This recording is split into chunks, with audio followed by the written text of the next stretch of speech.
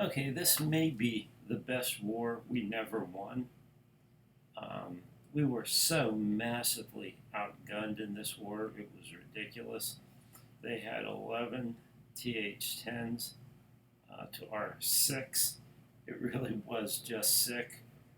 Likewise, the 10s, our 10s went down to 14. I'm not sure how deep their 10s went. 16, 17, 18, 19.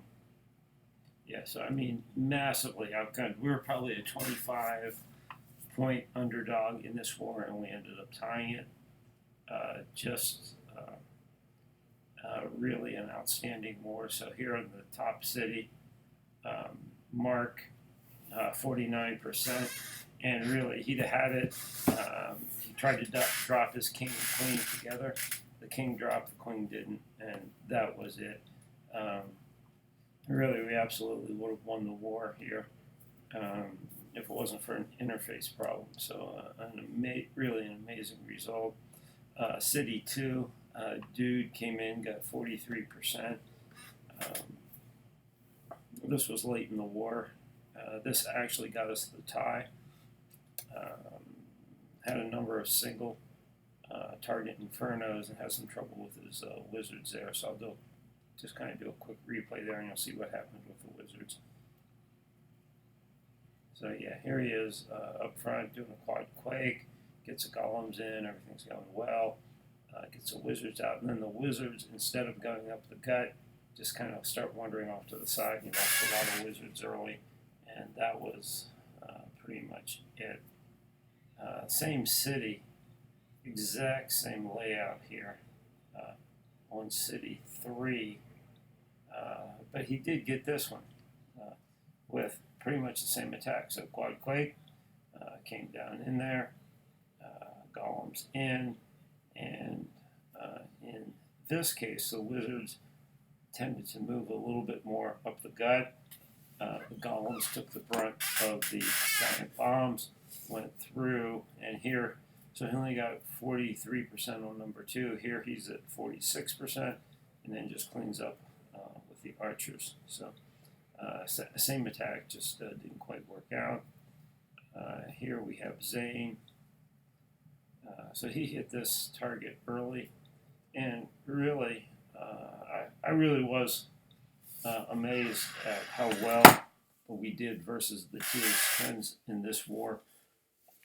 The loot bonuses were not quite as high as usual, and Zane tends to run and hit early, but he got enough heat on the town hall to take it down on that one.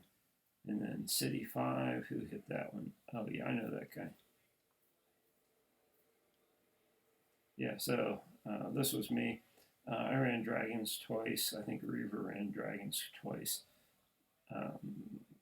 We really looked at these guys and found out, by and large, the loot bonuses were low, and in quite a few cases, they were vulnerable to the drags. So, yeah, I basically did the martyr hero up front, took out the sides. Drags took the TH. And here's Zane again. So he got this city, and he came with a ground attack, quad quake, opened it up. So yeah, it's a very good design to run the quad quake against. Perfect square, opened the middle up. Dragon came out, blew that away with the wizards. Nice, well-placed rage, and really took the city with no problem. And then here's Swan, and like I said, I think he ran drags. Yep, drags. And yeah, so this was one kind of the standard. So this is the guy we learned how to play drags on. Gosh, that was probably 6 months ago. Ran this is exactly the type of attack. You run your heroes down the side, clear the outside, run the drags up the middle. So yeah, that was it with drags 4. He got 60% there. And then here's Mark just getting the 50% with a ground attack. So this is a layout that historically has really given us fits. You pretty much have to attack it from 2 points, and you have to have the TH bonus pretty low. In fact, I just redesigned my city to this layout, or variation of this layout this war, because we do have so much trouble taking it from the ground. So really outstanding attack there from Mark. And then down here, Swan again coming in, I believe, with drags on it. Yeah, so this was a weird city. This was a city that I think was designed as a TH9 to kind of mess up ground attacks, and came in and really had no trouble at all with it. And that was kind of the realization we came to. Even though they had 11 TH10s, the loot bonuses were pretty low. And when you've got low loot bonuses, running drags is a really viable option. And here's Ilkar getting 2 on 10, so he typically does run the ground with 2 freezes, and yep, that's what he's got. So he runs this attack versus 9s or 10s, doesn't really seem to matter.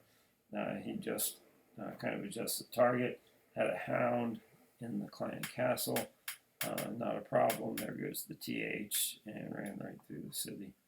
And yeah, he hit 11 earlier, only got 1 star, and late in the war, I came in, and now that we'd recognized drags are pretty much going to run over anything in the bottom half of their TH10s.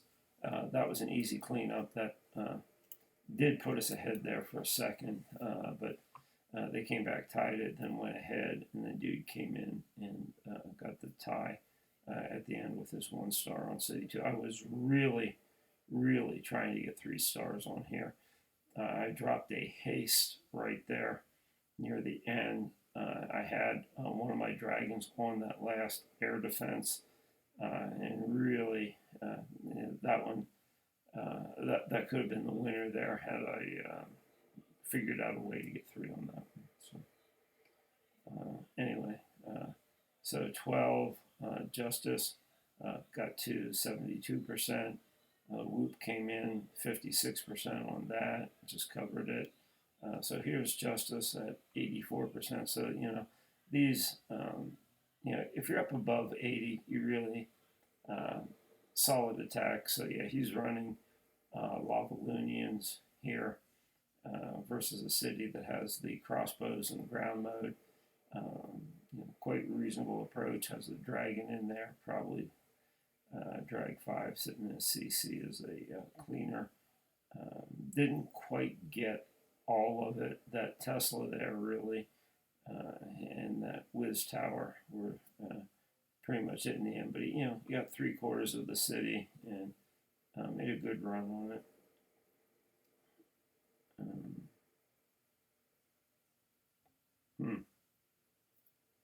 Yeah, a little bit slow there.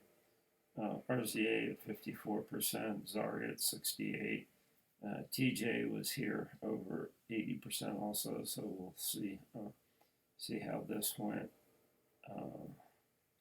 Yeah, this is kind of a appears to be a go wee wee, which is a bit of a different attack for him, but not an unreasonable attack for a city like this. You're going to be able to move around it. It's still has they still have the corner issue here, and yeah, he just misses the mostly the top corner there, but still got over 80%. So nice run there.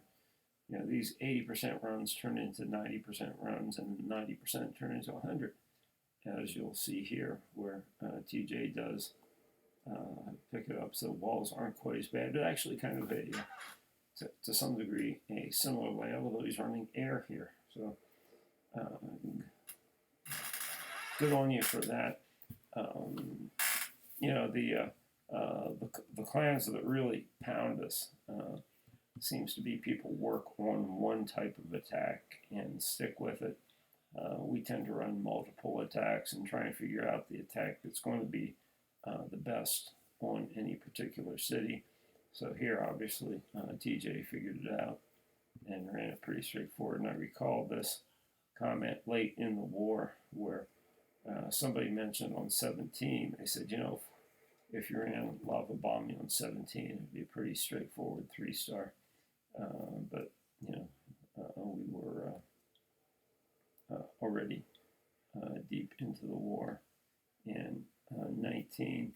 So this was a TH9 that we actually got 3 stars on by a TH8.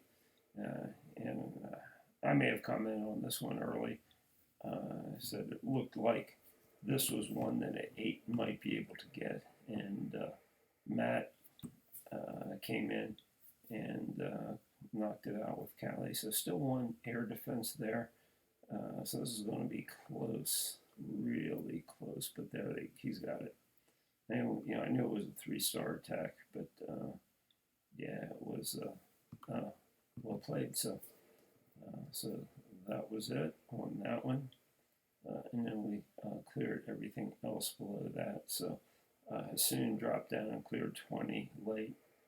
And then this is his alt, got 21. Got 22. Baggins, 23 and 24. And then SFA got 25. So, yeah, really, we should have been blown out by 25 or 30 points on this war. And the fact that we were in it to the end and had a couple chances to win it was pretty amazing. So, really, great job there, guys. Nice war. Cheers.